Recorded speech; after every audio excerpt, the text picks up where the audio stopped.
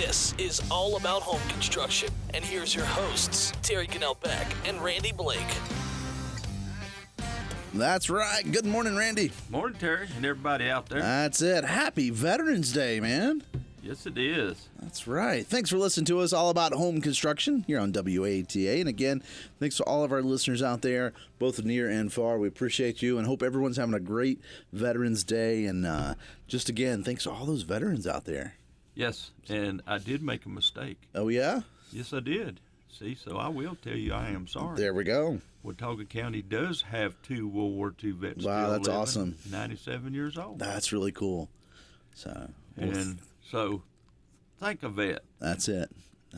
So, well, happy Veterans Day again, and thanks for all the services you guys have done, all of our veterans out there. And the Scots will be at the mall today. Oh, that's right. So in Boone, there's 11 o'clock, if I'm not mistaken, there is a Veterans Day program.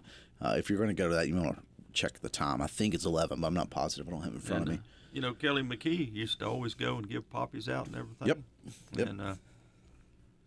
And I doubt she'll be there today, but maybe she will. Well, you know. I think she's going, when we find out when the parade is, she'll be doing the parade this year. That's cool. In Flanders Fields, where poppies blow between the crosses, row on row.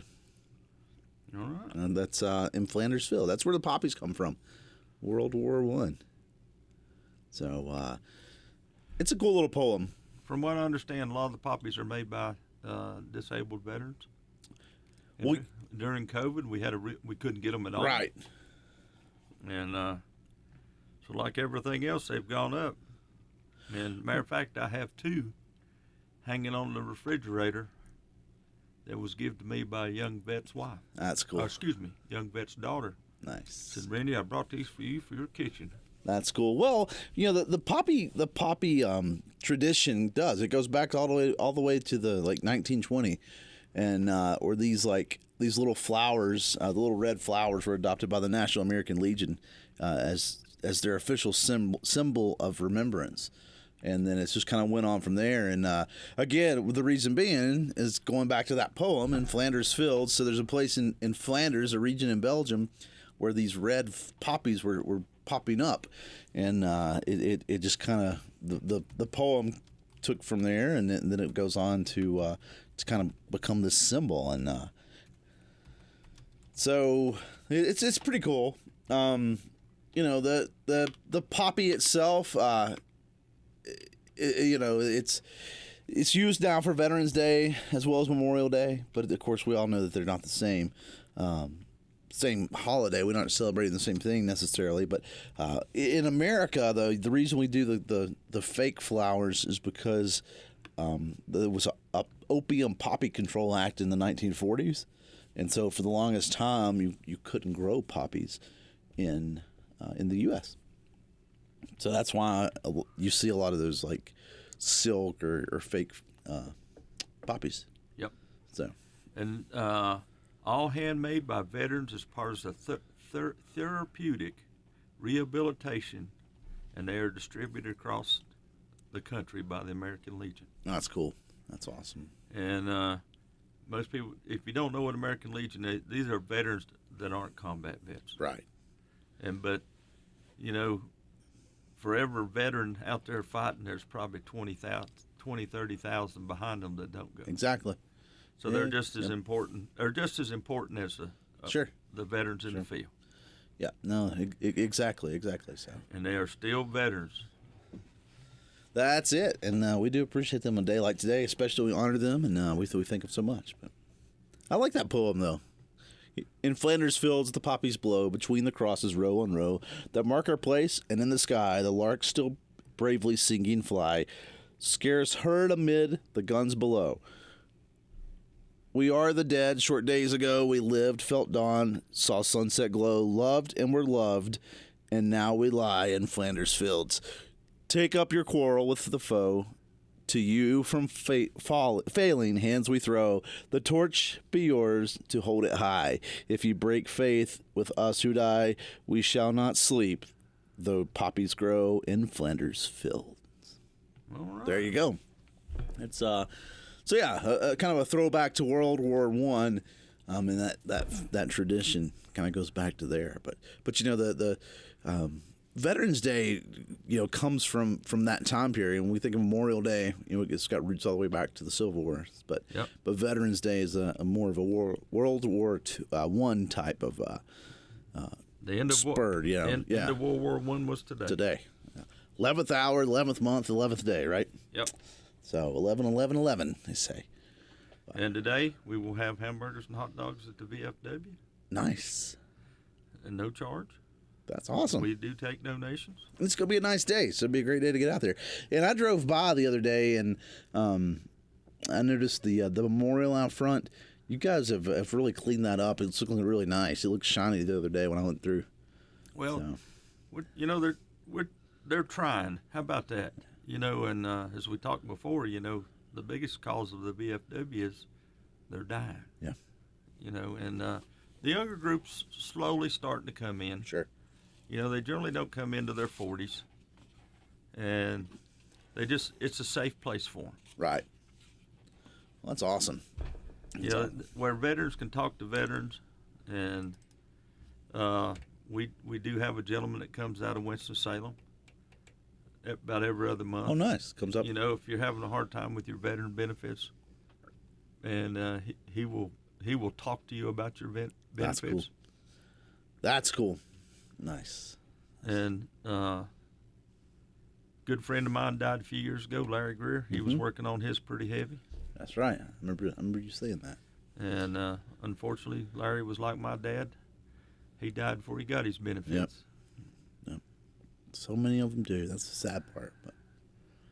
But for sure. It is. But well, all about home construction here in WATN again. We want to thank all of our veterans out there. Randy, why don't we take a break? Yep. And we'll jump right back into all about home construction. Thanks for listening to us.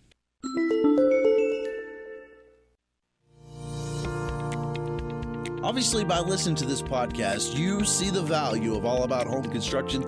Well, by joining our listener supporter community, you're not just tuning in, you're standing with us as we are able to support and fuel our passions of the construction industry. As a listener supporter, you'll enjoy exclusive perks, including hearing your name, or maybe even your business name, on our show. So please go to our Spotify website. The link will be in the show notes, and join. You can join for as little as $1 one-time fee, $1 a month, $5 a month, whatever you think you can afford.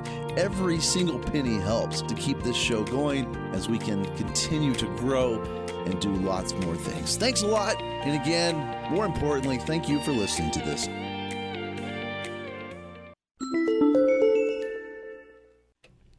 That's right, all about home construction here on WAT. And again, thanks to all of our listeners out there.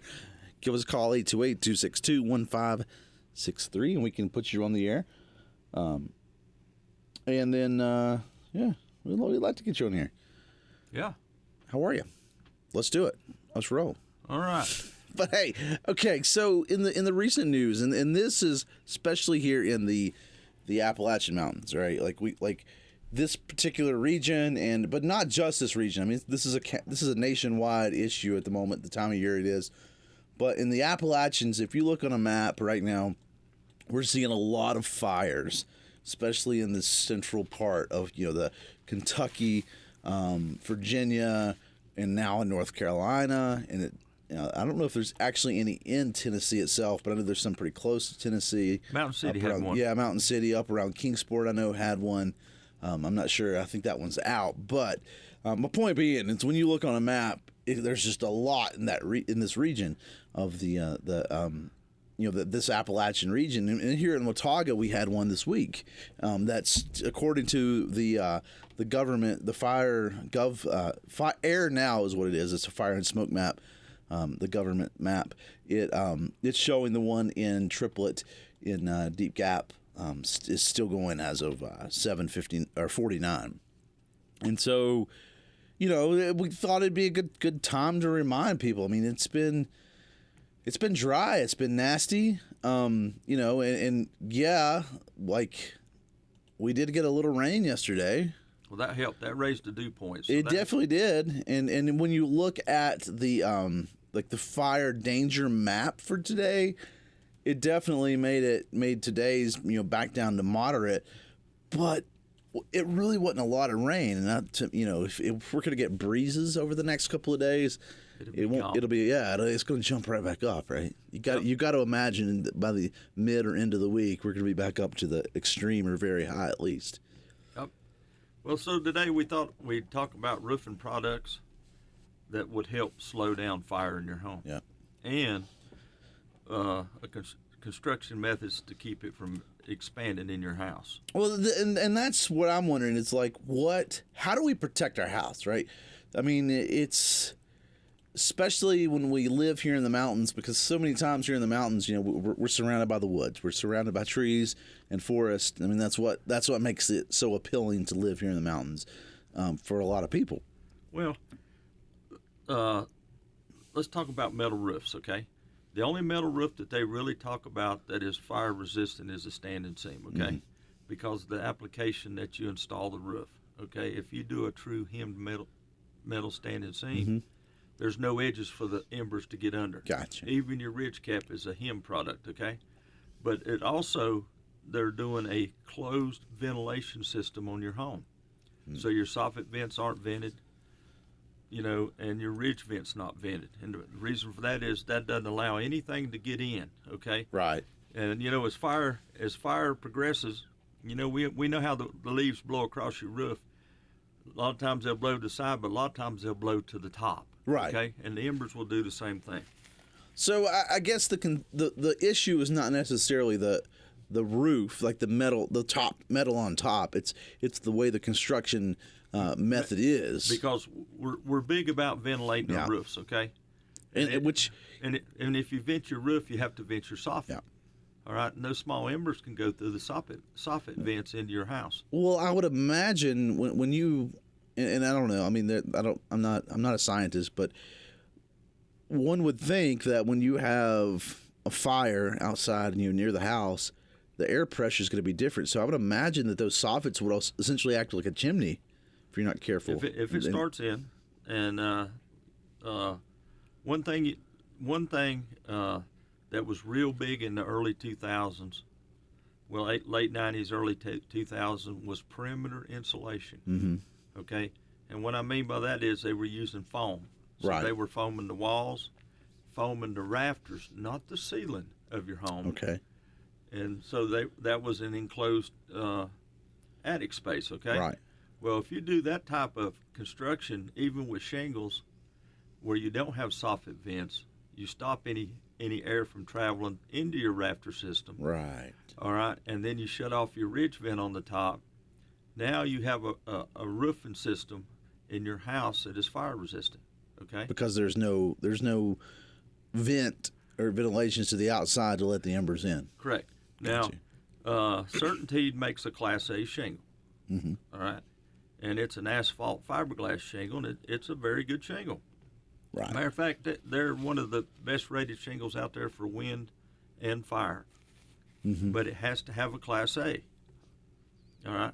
There's other products out there that work also good too, and we see it like in First Citizens Bank. That is a recycled rubber towel. Okay. That has a Class A fire rating. Gotcha. But that is quite expensive. Sure. Where that's the Certainty fiberglass is the most affordable. Okay. And but then let's talk about metal itself, like regular metal, 29 gauge metal. Right. It is fireproof, but if the fire lands on top of it, now the metal itself would absorb the heat and transfer it down to the wood. To your wood, so it could cause a smolder. Yeah. I hadn't thought of that. So let's think about the opposite on the fire. Right. Condensation is on the back side of the metal because of the weather change. Mm-hmm. Mm-hmm. But let's say a tree limb falls on your house. It will slow it up, okay? Sure. But if you're going to use metal, you need to use a Class A fire-rated roofing felt. To transfer the heat. Yeah, because it won't allow the heat from the metal to go on into your substrate. Yeah, that's a really good point because, you sort of think like, oh, metal doesn't burn. It's a pretty safe choice. But yet, it makes total sense when you say it that way, because you cook with a metal pan. You know, I mean, you would expect if I had some wood and a block of wood and threw it on my metal pan and threw it on my stove, it's going to burn it. Chris, I mean, it is. Yeah, See? so it kind of makes sense, right? But it works. Mm-hmm. You know, we built an addition on a house. 2012, 13, Mm-hmm. and we actually tested a new product that came out of Greenville, South Carolina. Right. Okay. And it was a fire-resistant rated felt that was in a 9-foot roll. Okay. And It's good and wide. Well, I'll tell you what, it was great. Okay, so if you roll out 9 foot at a time, then that's a lot of coverage on the roof. So we only had one seam. One seam, two seams at the most. Yeah. On the whole roof. Yeah. And but it was about an 1/8 inch thick. Okay. And I got to go to the plant. You know, that's somebody I hadn't talked to in a long time. It was the gentleman that invented that. That's cool. And I mean, they were shipping it to Texas and some of the western states by tractor trailer loads. I don't know if it ever made it to California. It must not, because a lot of houses burnt down. But you can't. No matter what you do, you can't make a house survive in a raging fire. Well, and that's it. But the whole point of this, though, is to do the best you can to minimize that. Here's a question. You mentioned like attic space and venting and stuff.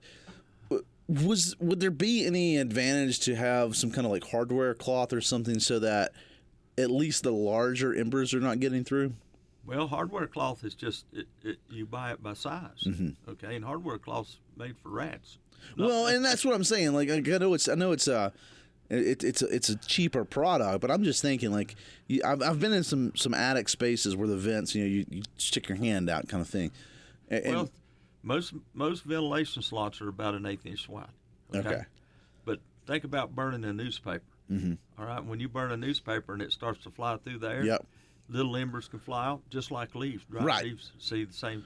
Right. And you have even though the leaf is dead, it still has some oil in it. Sure. From its production of life for that tree. Yeah. I was just always curious about that, like if there's a need to put any kind of like cheap hardware cloth though to at least keep part of the big chunks out, because you would still get it to breathe. I mean, it's not stopping air.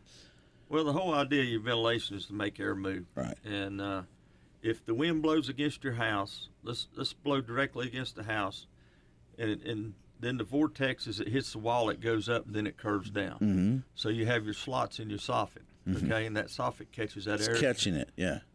To move it up, and it takes it a while to transfer. But another thing too is most people don't think about is your insulation gathers dust over the years. Yeah. And it used to be everybody put their insulation up against the plywood to try to get the R value, but they were shutting off their ventilation, which was allowing their attic space to be warmer. Warmer in the summertime. Cold in the winter. Colder in the wintertime. Yep. So then we got to putting baffles in, okay? And the baffles will allow the air to travel, stop the dust from getting in your insulation, but it still travels. Think about dust is in microns. Right. Sure. And to give you an idea about that, your water filter at home is in microns. Right, exactly. It's made to filter out so much. Yep. Well, what about like skylights and stuff? A lot of those, not all of them are glass, right? I mean, there's quite a few plastic type products out there, right? I don't know if there's any fire rating on those. Okay. And I would think Velux would have a Class A. I can look it up here. But even glass is when you get a lot of heat on it. I mean, obviously the given would be a tree branch falling on the glass and busting it, obviously. But I would just imagine when you with the heat difference itself, glass gets pretty fragile. I mean, have you ever thrown a glass jar in a campfire or something, right? It is, it but shatters and cracks. But a glass jar is not tempered. Okay. And all your skylights are tempered glass. Okay. They have to withstand, just like your windows in your house aren't tempered, except for bathrooms, but they have to withstand that test with that tube before hitting it at a certain mile an hour. So that's going to help, I guess, with the heat. Correct. So same with the outside. A regular window on the outside. I guess. I guess where my concern was is the window a weak point, especially in a skylight for fire, keeping fire in and out. Probably not. Okay. It's cased in aluminum, but it does have wood, but it does have flashing against the wood with aluminum flashing over top of it. Okay. And most fires don't get up to the melting point of aluminum. Okay. But like my shop fire that time when it burned down, that's the first time in my life I seen aluminum catch on fire and start burning like a candle on up the aluminum. Wow. It's hot. That's hot. Well, and that's what I was curious, is just that. But again, I think the whole point of this, when we talk about, especially the roofing system, is just keeping that out, right? Keeping those embers out. And I think you hit on a good point where it's not the big flames themselves that are, I mean, obviously the flames are a problem, but what gets overlooked and what becomes the secret problem, if you will, is those embers flying around. Now they land somewhere, and that's how these wildfires really keep spreading. It's if you look at it, we've all watched the TV shows or movies where the fire jumped the line, and that's what they mean by that is the fire itself, the flames are coming up to where to a road or something like that where there's nothing to burn. The problem is those embers jump that, fly over and catch on fire. And the same thing with your house, right? And they're talking about some of the embers can fly 2 miles. Yeah. And that's a long way floating, so it can't be very big floating. Yeah. Exactly. So that just think as it's burning, or I guess it is burning, but as it's flying through the air and burning, it's getting smaller as it goes. Mm-hmm. Till eventually the combustible burns out or it lands on the ground. Clay tile is a good one for fire retardant homes. Yeah, not cheap, but it doesn't burn. Slate is another one that's very good. And I would imagine slate would probably be one of the better ones because the way it transfers the heat. Correct. It would shed the heat. Yeah. And the tile would shed the heat too. Mm-hmm. But the only problem with the slate is it can weigh 3,000 pounds a square. Yeah, you can't just put that on any roof without knowing it. And so you have to have your designer design your roof system to hold that. So instead of having 350 pounds a square like asphalt shingles, then you have 3,000 pounds a square. That's a bit of a difference. Yeah, so of a difference. So you're going back to castle building. Yeah. I mean, I know it goes without saying, but obviously these cedar shake roofs would not be, when fire is a concern, that would probably be one to stay away from. Cedar shake, yes. Yeah. But they do make a cedar shake roof that has a Class A fire rating with the treatment. Okay. And that treatment is supposedly supposed to last 20 years. Gotcha.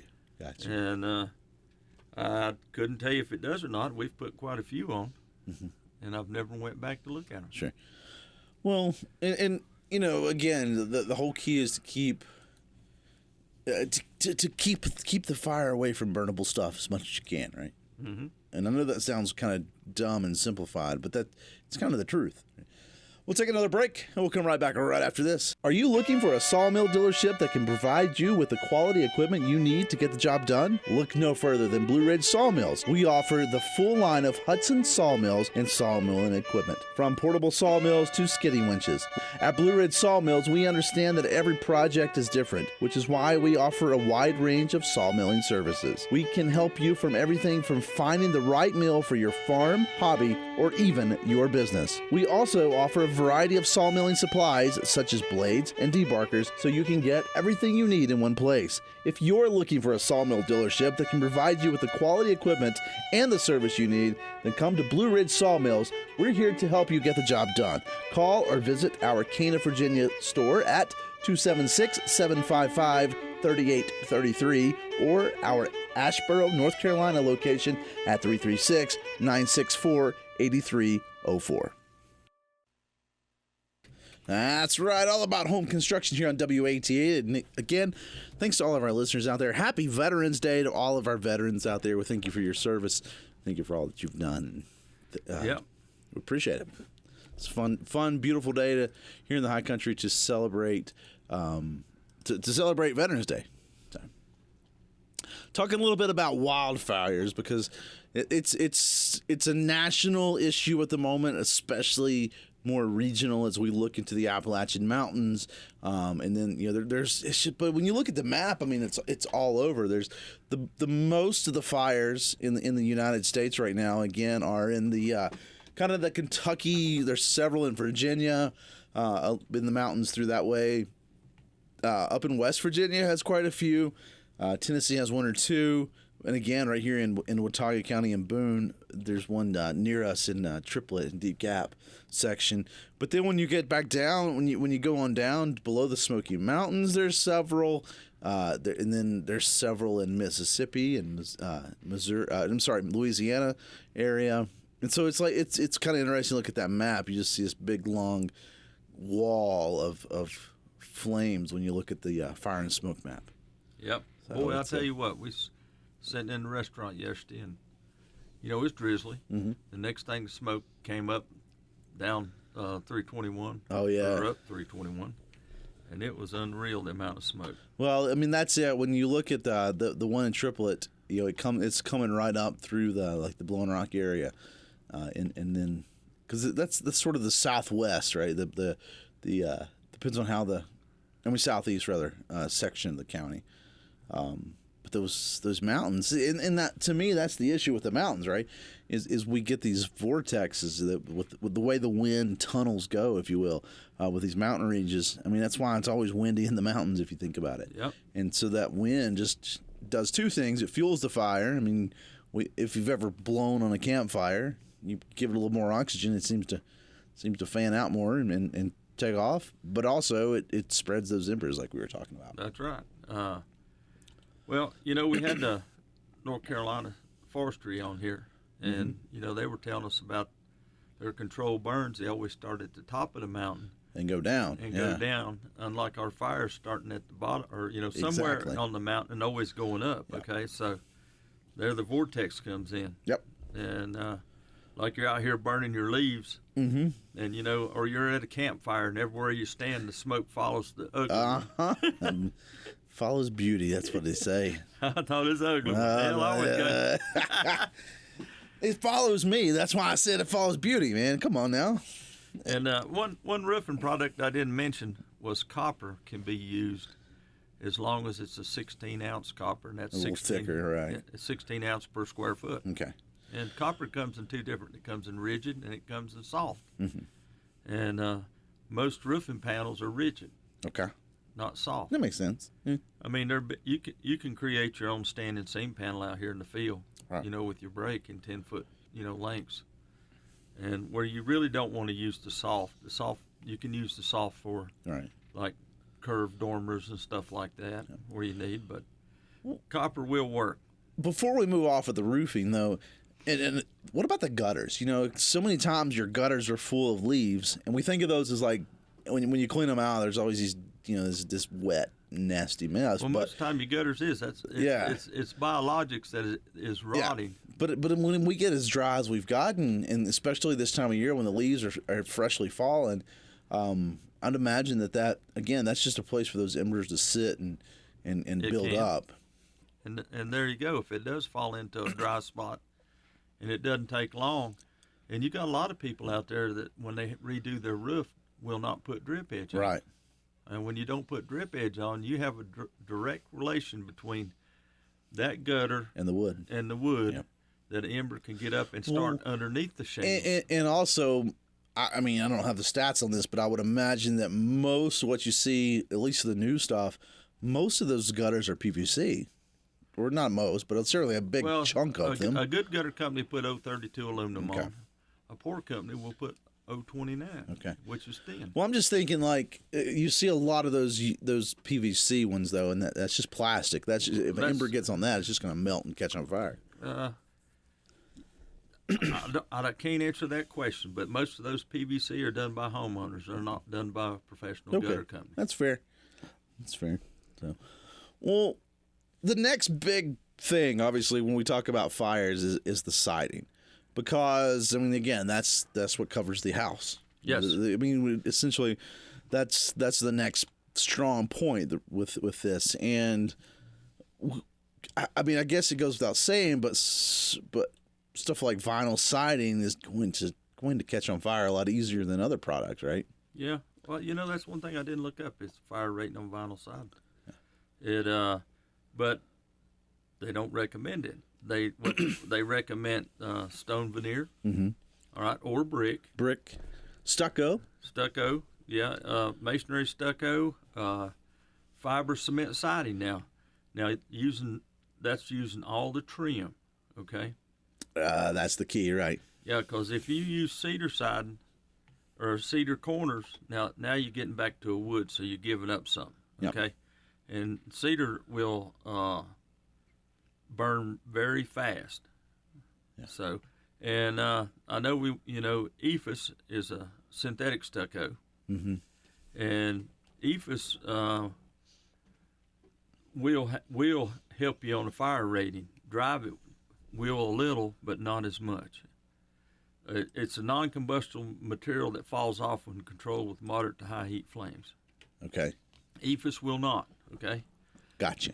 The only problem with these products was if you didn't install them right, your house rotted down because they gathered moisture. Keep it right. And and you hit on this one earlier was wooden shakes. Yep. All right. The treated wooden shakes, even used for siding, the machine shakes and stuff, they have a Class A fire rating. Okay, that's good to know.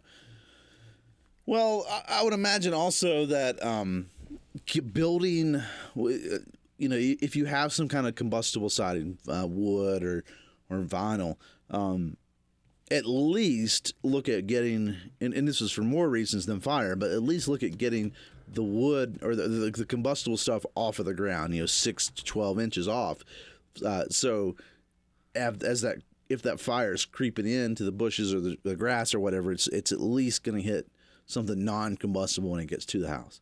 And we talked about that, of course, when we talked about our water issues a while back on the show. But so there's not just a fire reason to do that. But if you can build, go up with your block, in other words, and don't start the wood an inch off the ground. Correct. Or this vinyl side. Well, we talked about that before. North Carolina code calls for a minimum of 8 inches. 8 inches. Okay, I couldn't remember. I knew it was somewhere between 6 and 12, but I couldn't remember exactly the number. So, but that's where the catch is, right? How many times do people put mulch up against it? Well, you start out with 8 inches, but then you got 2 inches of mulch. Now you only got 6 inches. Well, up. Most time mulch holds a lot of moisture. Okay. Even in times like this, though, when it's so dry. No, it don't. It'll dry out. So that's what I'm saying is like when we're in such a weird dry time. I don't know. It just makes sense to me to make sure that you keep that. I've seen flames go more than 8 inches. So personally, I would imagine that if you go a little taller, but keep a good mulch would be the brick mulch.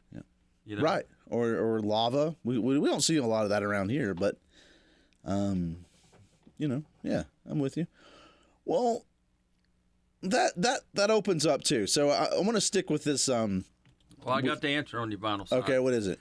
Vinyl siding won't burn till 730 degrees Fahrenheit. Okay. How hot are wildfires? That's it. I'll have to figure that one out.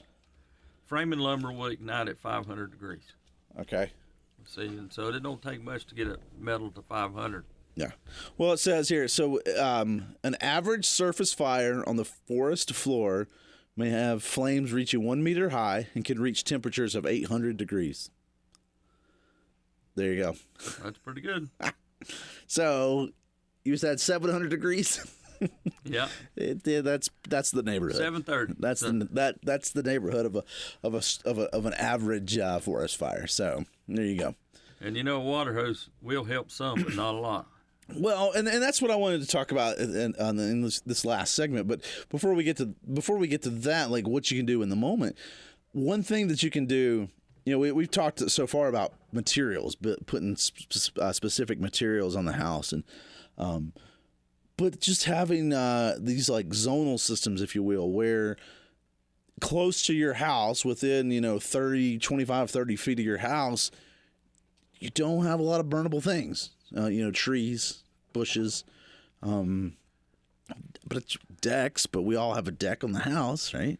Yeah. Well, deck generally, even though the top of the deck could be dry, the bottom will have a little moisture still in it from the dew every morning as that evaporation comes up. Gotcha. And if they paint their deck, they'll have a lot of moisture in it because it can't escape out the top. Mm-hmm. I remember seeing decks at Hound Deers where the homeowners had to have their decks painted in enamel paint. Yeah. That there had bubbles that would hang down 6 inches. I've seen that. The enamel paint would hang down that far. Yep. And I always just wanted to take a pin and punch it just to see what would happen. See it all come out. Well, and that's my thing was like, if you can control though your property and keeping those flammable things, the bushes, the trees, and that kind of thing away from the house, and then having a larger zone, if you will, where the larger trees are. So when you have a limb and it catches on fire and falls, it's not going to fall within that 10, 20 feet of the house. Correct. Keeping it away. And I think that to me, that's one of the things that we can do. And, now, like you said, embers can fly a mile or 2 miles. It's not a given, but if you can eliminate some of that fuel source close to the house, it's certainly going to help your situation. Correct.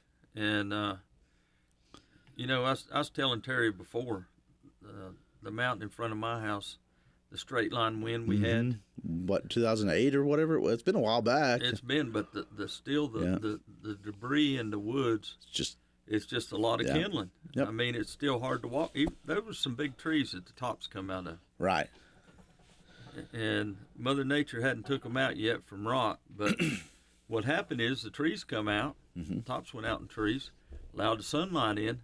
Now you have more briars and rose bushes and stuff like that that's intermingled with all these big logs and stuff. Even though it's a log, sometimes logs take a while to deteriorate. But days like this, I mean, when weeks like this, when it's so dry, and then here we are at the end of in fall, and so we've got all this dead growth, and that's why we see so many fires.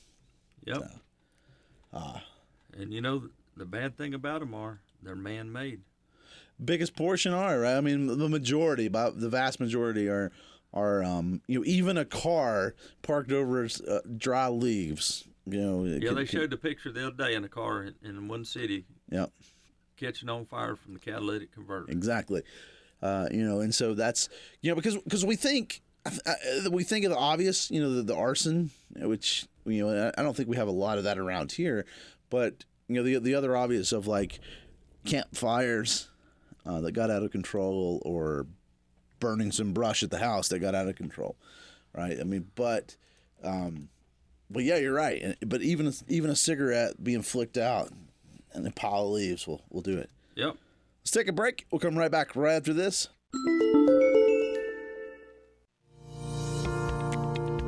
Obviously, by listening to this podcast, you see the value of All About Home Construction. Well, by joining our listener supporter community, you're not just tuning in, you're standing with us as we are able to support and fuel our passions of the construction industry. As a listener supporter, you'll enjoy exclusive perks, including hearing your name, or maybe even your business name, on our show. So please go to our Spotify website. The link will be in the show notes, and join. You can join for as little as $1 one-time fee, $1 a month, $5 a month, whatever you think you can afford. Every single penny helps to keep this show going as we can continue to grow and do lots more things. Thanks a lot. And again, more importantly, thank you for listening to this.